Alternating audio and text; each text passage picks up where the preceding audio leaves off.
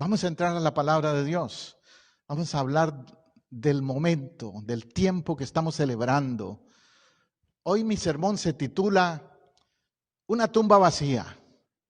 Una tumba vacía. Tenemos el símbolo de la piedra de aquella tumba aquí atrás, porque queremos explicarle a usted algunos detalles relacionados a esa tumba, relacionados a esa piedra que fue removida. Aleluya. Bueno, ahí tengo un símbolo que dice, Él vive. ¿Cuántos lo creen? No los oí. Él vive. La tumba está vacía. Se canceló el funeral porque Él vive. El viernes Él tenía una corona de espinas. Hoy tiene una corona de rey, de reyes y señor de señores. Ya no es la corona de espinas. Pero cada etapa de la vida de Jesús, de lo que Él hizo mientras estuvo aquí entre nosotros, nos recuerda la obra portentosa, poderosa de la redención. Si quiere, puede ver en la pantalla, pero si no, también me sigue, si tiene su Biblia, en Lucas 24. El relato de la resurrección está en varios de los evangelios, pero voy a usar hoy la historia de Lucas 24, del 1 al 12. Ahí está el relato que quiero usar esta mañana, o esta tarde ya casi. En ese relato dice Lucas, el primer día de la semana, muy de mañana, vinieron al sepulcro, trayendo las especies aromáticas que habían preparado y algunas otras mujeres con ellas. Y hallaron removida la piedra del sepulcro. Santo su nombre. Esa es la frase clave para mí hoy. Hallaron removida la piedra del sepulcro. Usted sabe que nosotros creemos en un Dios que remueve piedras, por más difíciles que sean. Me refiero a otra clase de piedras que aparecen en la vida también de uno. Situaciones duras, difíciles, que uno las ve como una piedra inamovible, pero para Dios no hay nada imposible. Él mueve piedras todavía. Aleluya. Dice allí que el primer día de la semana fue cuando llegaron. A mí me han preguntado por qué los cristianos evangélicos se congregan el domingo, si el sábado era el día de descanso según los judíos y todo eso. Bueno, hay una razón muy importante. El domingo equivale en el calendario hebreo, equivale al primer día de la semana. Para el judío el día séptimo es el sábado, pero el domingo es el primer día de la semana, como para nosotros lunes. Y ese primer día de la semana fue cuando el Señor resucitó. Esa es la razón por la que los cristianos nos congregamos el domingo. Ahora, ellas vinieron muy de mañana. ¿Cuántos aquí son mañaneros? Muy poquitos veo. Algunos dicen, no, pastor, yo no funciono en las mañanas. Pero estas mujeres sí eran mañaneras. Y es muy importante en la mañana, lo primero que hay que hacer en la mañana es conectarse con Dios. Conectarse con Dios. Hay un libro que a mí me gusta, que escribió el hermano Benny Hinn. No me gustan mucho algunas cosas que él ha hecho o dicho, pero el mensaje del libro me gustó. Un libro que se titula Buenos días, Espíritu Santo. Y él decía que él lo primero que hace en la mañana es preguntarle al Señor, buenos días, Espíritu Santo, ¿qué hacemos hoy? ¿Cuál es tu agenda? No mi agenda. Un creyente sabe que cada día al amanecer tiene una nueva oportunidad de servir al Señor. Y estas mujeres vinieron al sepulcro. Ellas venían porque tenían que cumplir con un trabajito, embalsamar al muerto. Para eso venían. ¿Usted cree que venían con gozo? No. Venían tristes porque les tocaba embalsamar al muerto, al cadáver. Pero se encuentran con que ya no hay cadáver que embalsamar, aleluya. Venían con las especies aromáticas que habían preparado. Hoy día las funerarias le ponen inyecciones a los cuerpos para que duren hasta 2 semanas. Por eso usted muere alguien y usted dice, es que no lo han enterrado. Y 2 semanas y no lo han enterrado, porque hoy día lo preservan el cuerpo por medios químicos y todo eso. Pero en ese tiempo no había esas cosas. Entonces le ponían especies aromáticas para que al descomponerse no oliera mal, como cuando Jesús fue a resucitar a Lázaro, ¿verdad? Que le dicen las hermanas de Lázaro, Señor, ya hace 4 días que ha muerto, ya hiede, ya huele mal. Estaba bien muerto Lázaro.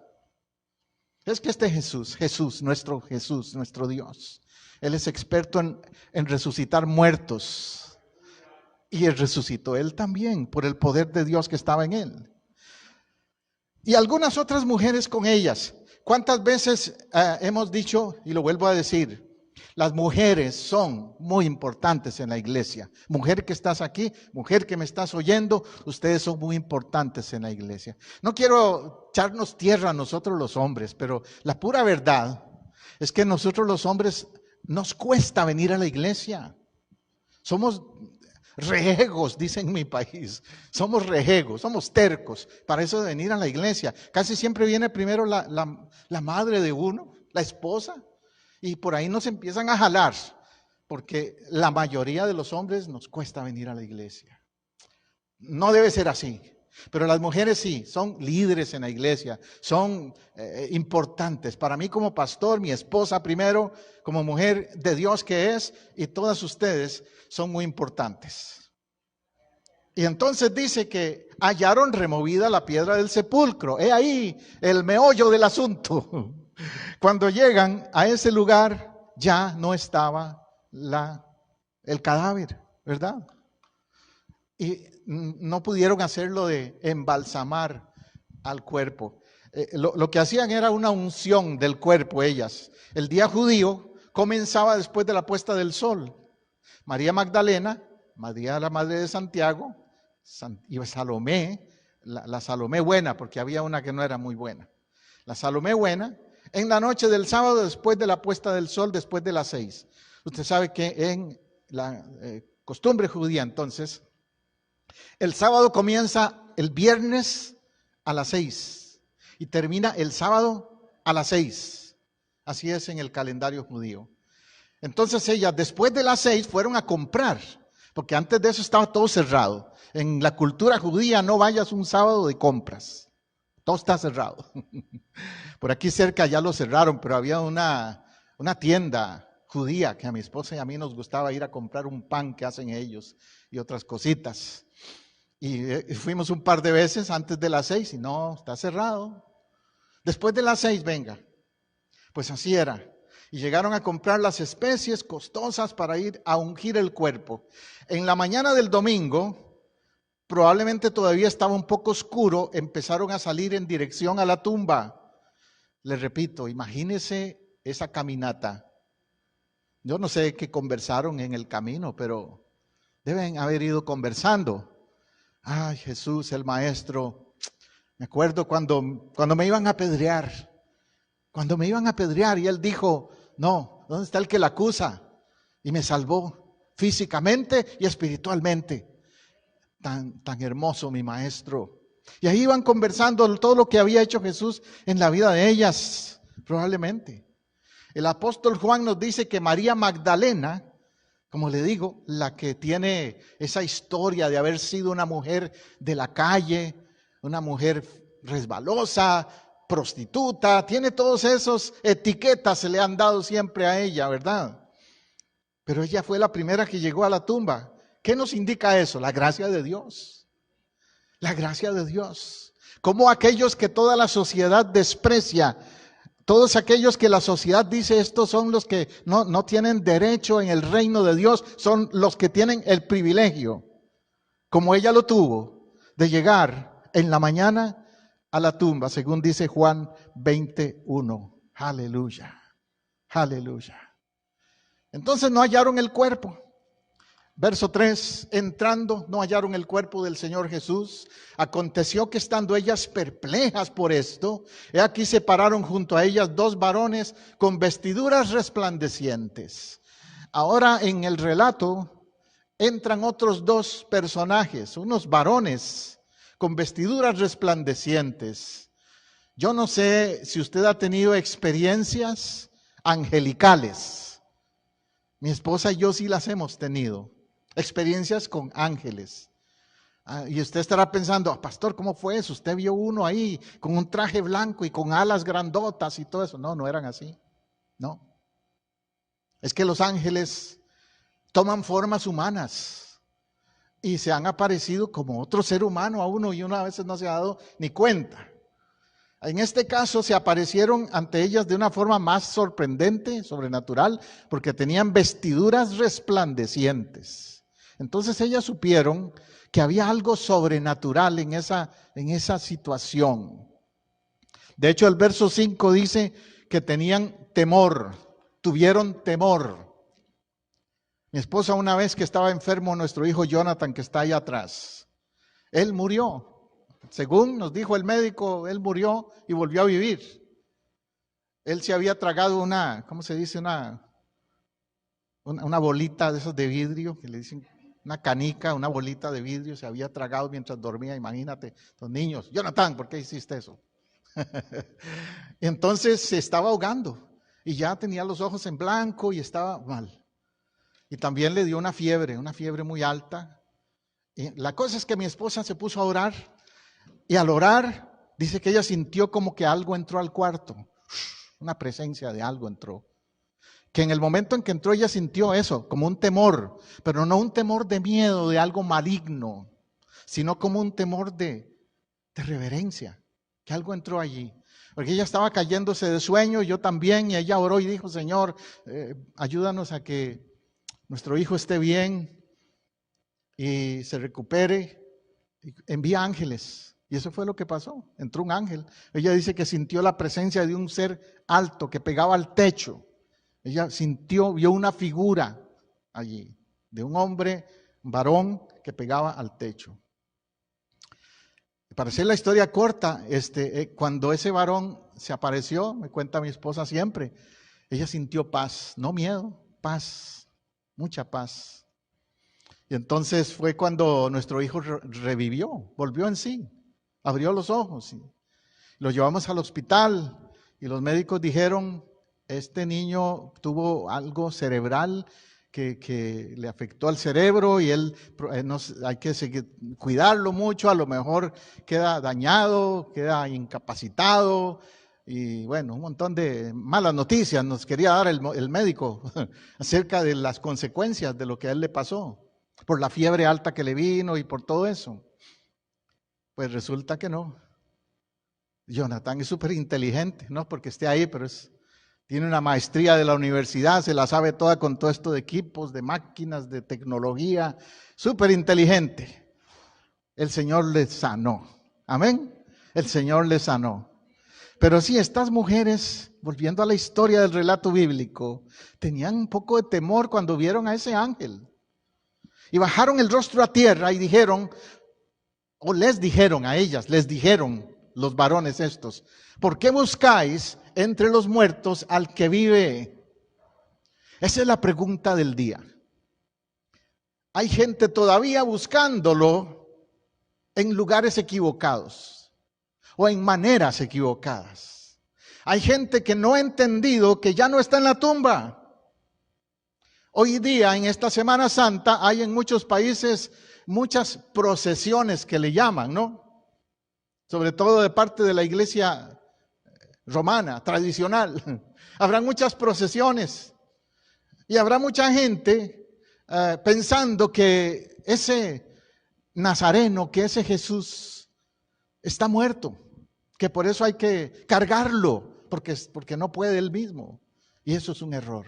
Él no necesita que lo carguen por las calles. Él vive. Él no está en una tumba. Él vive. ¿Por qué buscáis entre los muertos al que vive? Preguntan los varones. Ahora, eso en lo religioso, pero también en lo filosófico, Hay personas que están por allí buscando respuestas a la vida, al propósito de la vida, siguiendo a este gurú o siguiendo a este otro maestro. Hay actores de cine que se van a la India, se van a otros países, a que algún gurú les dé un consejo, buscando entre los muertos al que vive. Porque son personas que el día de mañana mueren y no tenían palabra, no tenían mensaje. ¿Por qué buscan entre los muertos al que vive? ¿Cuántos hay que siguen a Buda? Al gordito ese, sí, al Buda. Bueno, el Buda, te tengo que decir que se murió muy joven, se murió buscando la verdad, se murió diciendo que él no podía controlar sus pasiones humanas y se murió de una indigestión por comer cerdo. Así murió Buda. Lo comparo con Jesús, que murió cumpliendo más de 300 profecías en la cruz del Calvario y que se levantó al tercer día. Entonces, ¿a cuál voy a seguir? Y ni te hablo de Mahoma y ni te hablo de otros, porque también no te voy a hablar muy bien de ellos. Y soy cristiano precisamente por eso, porque no puedo comparar al que se levantó al tercer día con esos otros falsos profetas que han surgido por el mundo. Hay una tumba vacía que afirma que Jesús es el Mesías, que Jesús es Dios, que Jesús es el Señor, el Kyrios, como dicen en griego, el Kyrios, el Señor. Verso 6 dice, no está aquí, sino que ha resucitado. No que va a resucitar, ha resucitado, tiempo presente. Hay dos saludos que se daban los cristianos en la antigüedad. No sé si sabías de eso. Cuando se encontraban por la calle, como hoy día los cristianos evangélicos nos saludamos con un Dios te bendiga, muy común, ¿verdad? En aquel tiempo no. ¿Sabe cuáles eran los dos saludos? Uno era, Él vive. Ese era un saludo típico de los cristianos en aquel tiempo. Y el segundo saludo era Maranata, que quiere decir Cristo viene. Aleluya.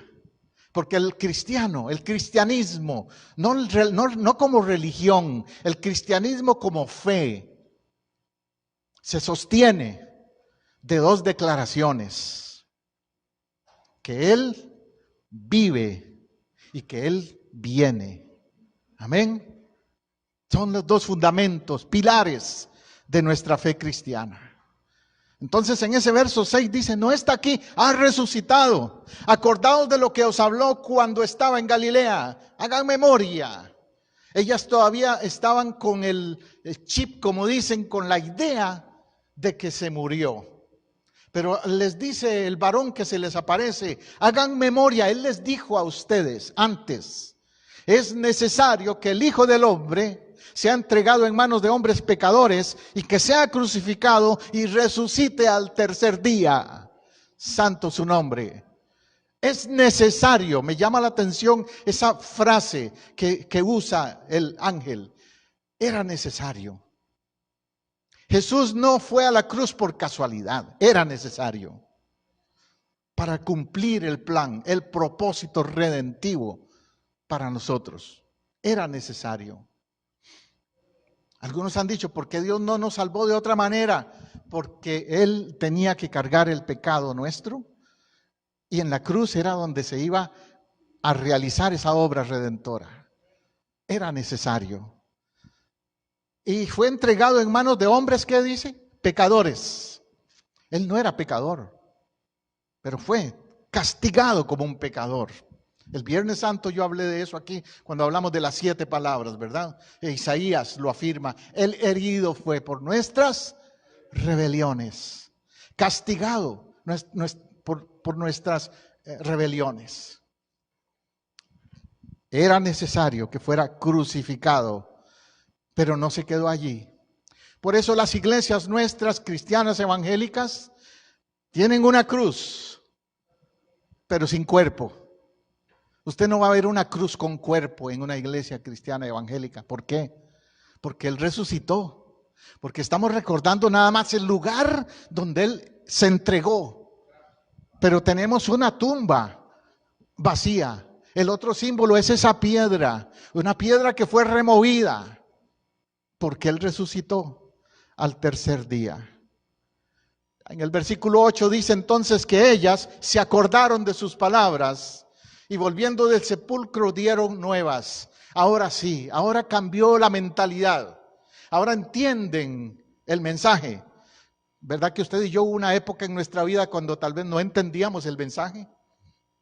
Yo viví así hasta los 19 años, sin entender el mensaje. De todas estas cosas no entendían, pero de pronto se acordaron. Entonces fueron a donde los 11, donde todos los demás. Ya Judas no estaba, recuerde, había uno que no mereció estar ahí para ver la resurrección, Judas. Pero los otros 11 estaban ahí. Y estas mujeres hasta dan una lista, por eso le decía lo importante que son ustedes como mujeres en la iglesia. Dice María Magdalena, Juana, María madre de Jacobo y las demás con ellas. O sea, había un grupo que no se mencionan todos los nombres. Quienes dijeron estas cosas ¿quiénes? A los apóstoles. ¿Por qué fue que no fueron los apóstoles los que recibieron la noticia primero o los que vieron al cuerpo primero, quiero decir? No fueron los apóstoles, fueron las mujeres, este grupo de mujeres. Quizás porque también, aún después de la muerte física, Jesús siguió reivindicando a la mujer. En una época, en un tiempo donde la mujer no tenía valor, donde la mujer era enajenada, echada al lado, no tenían herencia, no tenían derechos, no tenían voz. Y Jesús les da ese honor de ser ellas las que van a la tumba y las que más bien le llevan el mensaje a los otros 11, a los apóstoles. Ahora, verso 11 dice que a ellas les parecía locura, las palabras no las creían. Sí, es que hay cosas de Dios que parecen locura, ¿verdad? Cuando los cristianos hablamos de que Jesús resucitó, muchos escépticos por ahí dicen, no, ustedes están locos. ¿Cómo va a ser eso? Yo antes de ser cristiano era muy escéptico también. Cuestionaba todo porque era muy racionalista. Hay gente así. Y a veces las cosas de Dios tienen que creerse no por lo racional, sino por la fe.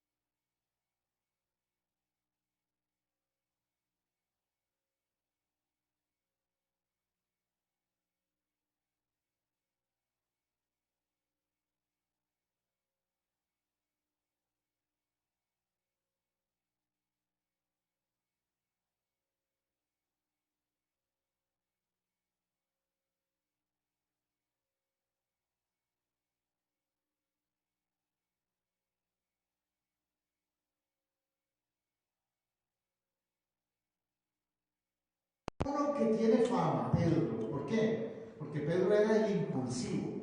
Pedro era el que, sí, maestro, nunca te negaré. Y 3 veces lo negó. Y se fue al jardín donde lo iban a arrestar y le cortó la cabeza, ¿cómo se llama? La oreja. Le cortó la oreja a uno ahí. Era impulsivo este Pedro. Entonces, claro, cuando las mujeres llegan, es el primero que arranca a correr y se va al sepulcro.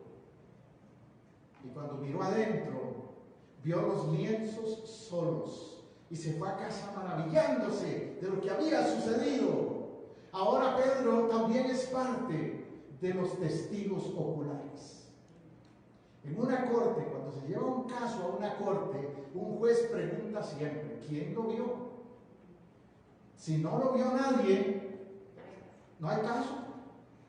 Pero cuando hay testigos oculares primarios que llaman, hay casos. Por eso hay por ahí un libro, una película que se la recomiendo, si no la ha visto, que lea el libro que se llama El caso de Cristo. Si usted conoce a alguien medio ateo, dígale, lea este libro, El caso de Cristo. Hay caso, Pedro es testigo primario y se maravilla de lo que había sucedido. Es verdad, hay que maravillarse. Cuando pensamos en la tumba vacía, hay que maravillarse. Tengo un amigo, un pastor, que ahorita andaba en Jerusalén hace poco, la semana pasada. Le tenía yo envidia de la buena, que yo quiero ir por ahí también. Entonces nos estaba posteando él fotos. Hoy puso una foto de cuando él estaba ahí ante la tumba vacía de Jesús. Hay un lugar en Jerusalén donde está el lugar de la tumba vacía. Y se sigue repitiendo la palabra. Ahí la tenían escrita. Dice, no está aquí. Ha resucitado. No está aquí. Amén. Ahora, el enemigo espiritual del cristianismo, de la fe, busca cómo negar esa realidad, esa verdad. Busca cómo sembrar duda en la gente, como me pasaba a mí cuando no era cristiano. Los críticos empezaron a buscarle 5 patas al gato para negar la resurrección. Pero hay argumentos, lo que se llama apologética. En el seminario donde soy profesor, hace poco di un curso sobre ese tema, apologética, que quiere decir defender la fe. Y hay evidencias que no se pueden negar. Mire, por ejemplo, los mismos enemigos son los primeros que dijeron que la tumba estaba vacía. No solo las mujeres, porque algunos dicen, las mujeres, eso siempre hablan de más, que aquí, que allá, claro.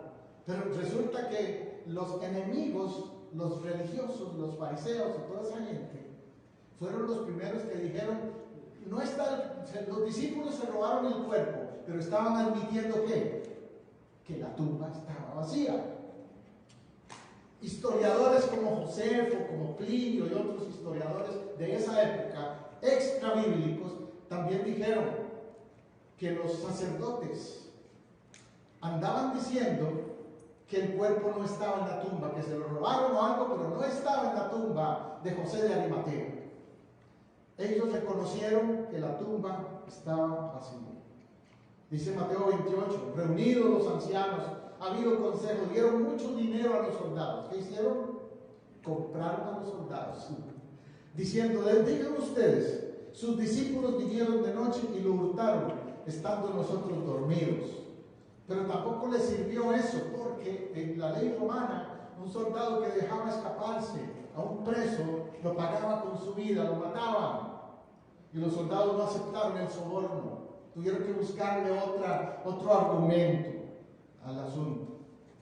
Otra evidencia es la ubicación de la tumba. Algunos han argumentado, bueno, es que la tumba no se sabe dónde está. ¿Cuál tumba? Habían tantas tumbas en esa época. Pero resulta que a Jesús le ofrecieron la tumba específica de un hombre que se llamó José de Arimatea. Era un José, tenía que ser buena gente. José de Arimatea. Este José de Arimatea era un hombre rico, tenía dinero, y entonces tenía una tumba que era buena. A Jesús no lo enterraron en cualquier nicho por ahí, como dirían. Fue en la tumba de un hombre rico. Sí, interesante eso, ¿verdad? Nació en un pesebre, en lo más pobre y más humilde que te puedas imaginar, entre animalitos, ahí en un establo nació, pero murió en la tumba de un hombre rico, porque él iba a resucitar como rey. Por eso también Dios arregló las cosas para que fuera en esa tumba. El registro histórico, no solo de la Biblia, el registro histórico de aún otros historiadores, como te digo, Josefo y otros, indicaron que fue la tumba de José de Arimatea. José de Arimatea era un miembro del Sanedrín judío, era un miembro del concilio, del grupo muy selecto de judíos en la ciudad. Entonces, si fuera falso, ¿usted no cree que José de Arimatea hubiera salido a hablar, a decir, no, mentira, en mi tumba no está? No, pero José de Arimatea no lo desmintió. Evidencia 2, como dicen cuando están en la corte, ¿verdad? Exhibit 1, Exhibit 2, aquí les estoy dando las evidencias entonces. Y agrégale a eso evidencias arqueológicas que han llegado a excavar en Jerusalén y han verificado la existencia de la tumba y de otro, no solo de la tumba, y de cómo era la tumba y todo eso. Los arqueólogos nos dicen que las tumbas del primer siglo eran selladas normalmente con una piedra plana encajada en su lugar para mantener a los animales alejados. Porque sí, claro, si había un cadáver ahí, los animales iban a entrar. Recuerden, no enterraban a la gente en un hoyo como a nosotros aquí lo hacemos, que hacen un hueco y nos entierran. No, ellos lo hacían en, por decir así, nichos en la pared. Y en esa cueva también solo había una entrada, como en un nicho parecido, solo una entrada y bien cerrada, bien sellada, como estoy leyéndote, de manera que no había salida por ningún otro lado. Otros dijeron, no, es que Jesús se desmayó, seguro, cuando lo llevaron al Calvario, él se desmayó y estando en la tumba, se despertó del desmayo. ¿Cómo no? Si le traspasaron el costado, qué desmayo. Si le clavaron los pies, las manos, y le habían dado más de 40 látigos, y había cargado una cruz por kilómetros, se desmayó. Son argumentos del enemigo, pero es evidente que estaba muerto, bien muerto, y que resucitó, bien resucitado también. Era una piedra que no la movía cualquiera, una piedra circular, plana, en forma de disco, la de José de Arimatea, 3 o 4 metros de diámetro, como una piedra de molino. ¿Ves? Por eso usamos hoy la ilustración aquí. Como una piedra de esas que se usaban antes en los molinos, grandotas, así. Y encima de eso, le ponían el sello, la sellaban bien, le ponían un anillo, una marca del anillo de Poncio Pilato, del Imperio Romano, y que nadie se atreviera a abrir esa piedra. Solamente los soldados se suponía que la podían abrir cuando llegara el tiempo. Y tenían que traer al dueño de la tumba, José de Arimatea. Era la ley. O sea que todo indica que algo pasó. Algo pasó. Mateo nos dice que un ángel quitó la piedra y se sentó sobre ella. No fue rodada y puesta a un lado de manera habitual, con el fin de ponerla de nuevo para cerrar la puerta. O sea, no fue como que la movieron un poquito para que salga el que esté adentro. No, la movieron. La removieron completamente. Mateo 28:5 dice, cuando entraron en el sepulcro, vieron a un joven sentado al lado derecho, cubierto de una ropa blanca, y se asustaron. A propósito, aparecieron estos varones, ángeles. Mire, Jesús, cuando nació, ¿quiénes anunciaron su nacimiento? Ángeles. Gabriel, se apareció Gabriel y anunció su nacimiento. Ahora, en la resurrección, otra vez, no nos dan los nombres de quiénes eran estos ángeles, pero probablemente Gabriel estaba ahí también. Se aparecen de nuevo este varón con larga ropa blanca y se asustaron. Y ese varón estaba haciendo ¿qué?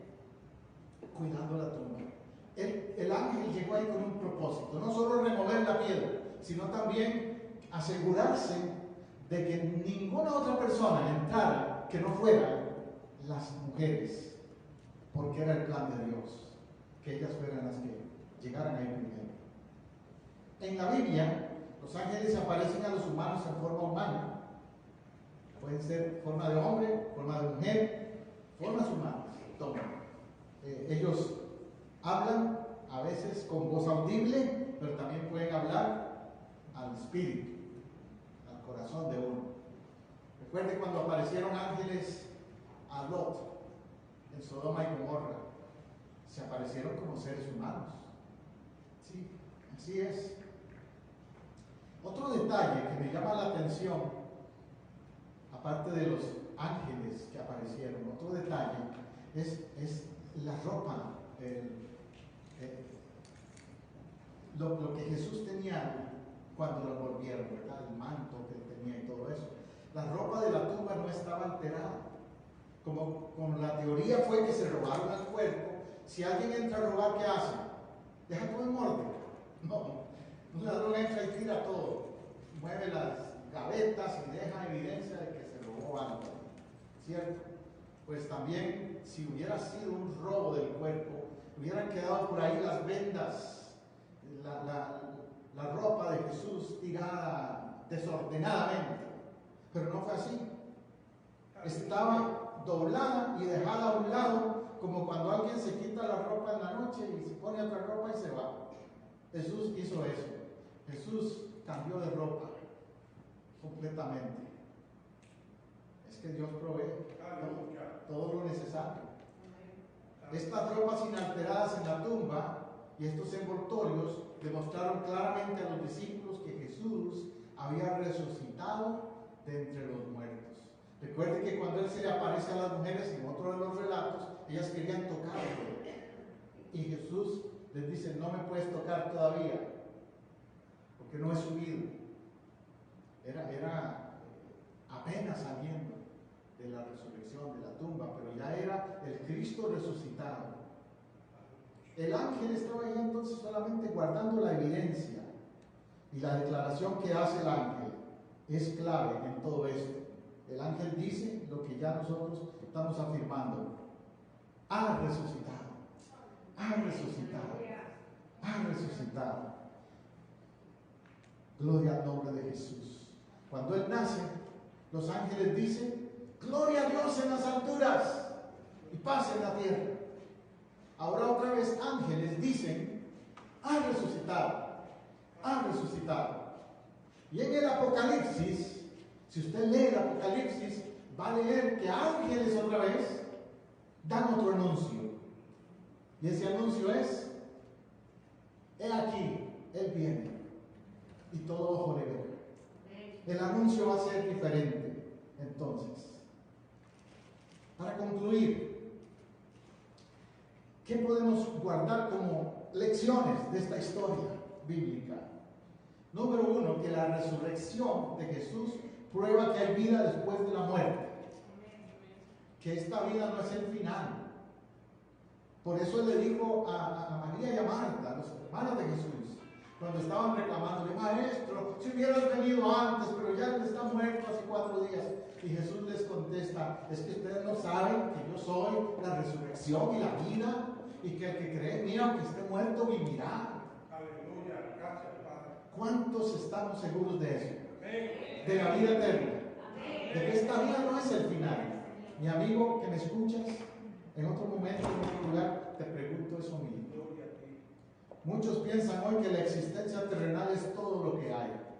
Viven con esa filosofía de comamos y bebamos, que mañana moriremos.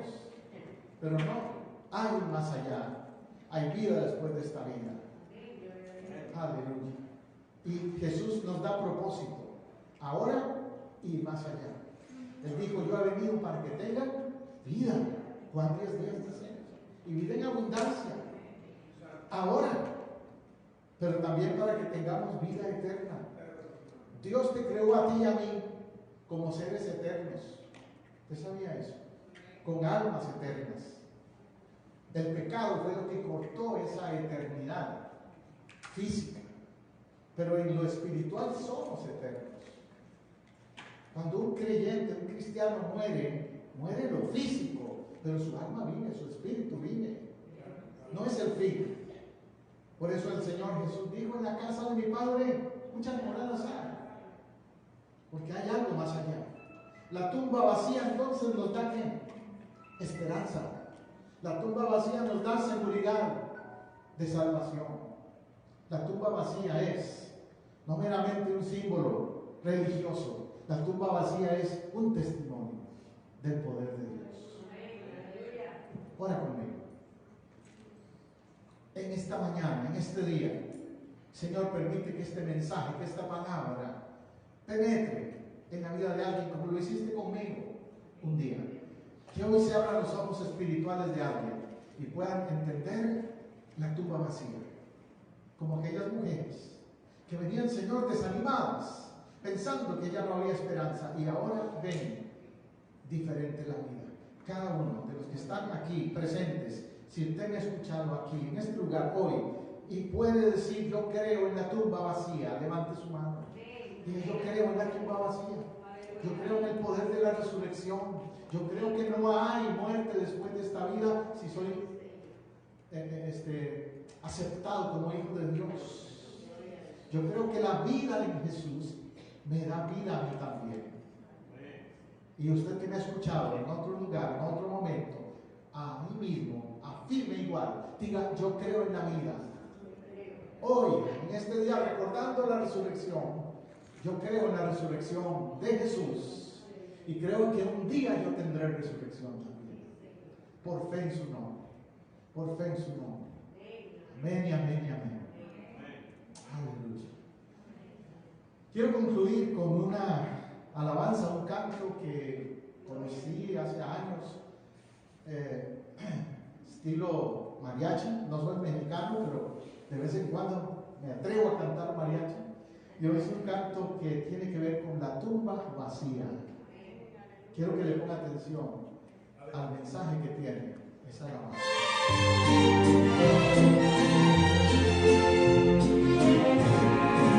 Gloria al nombre de Jesús.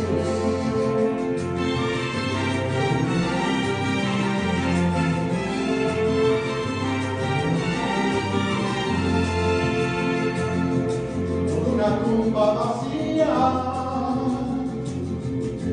y un Cristo resucitado.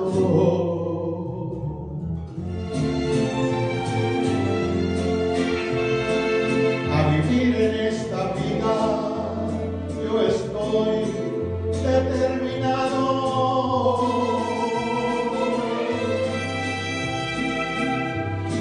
para decir lo que siento.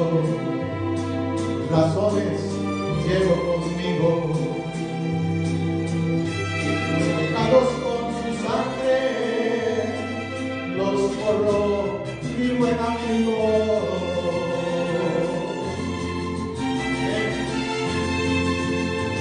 Oh muerte, yo sé que tu muerte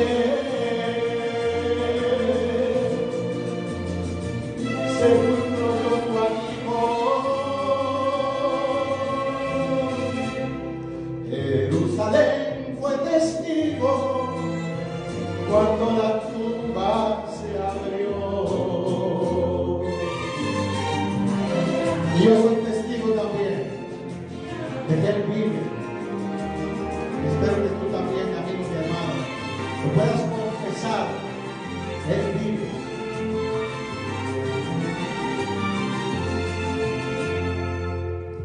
Aquella tumba vacía abrió un sendero divino.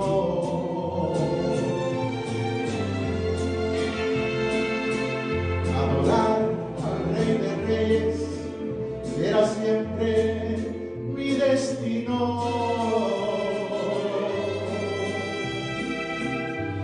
Regresar de donde vine, para mí mejor si muero. En las buenas y en las malas, mi Jesús será primero.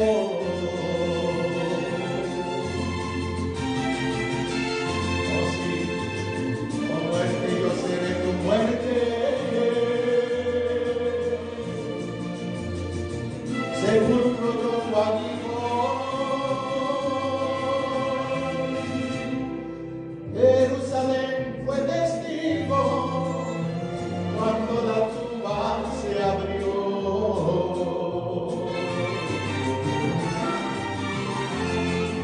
Y la tumba sigue vacía. Aleluya, aleluya. Hoy lo celebramos. Por una tumba vacía se abrió el camino divino. Espero que este tiempo de celebración con nosotros te haya edificado. Si el mensaje, la alabanza te ha bendecido, escríbenos, ponnos un mensaje aquí, usted que nos ha estado viendo en vivo. Y les esperamos el domingo próximo, aquí en Casa del Rey, Iglesia del Nazareno, Pastor José Abdiel, Pastora Teresa Matamoros. El domingo próximo les invitamos de nuevo. Bendecidos.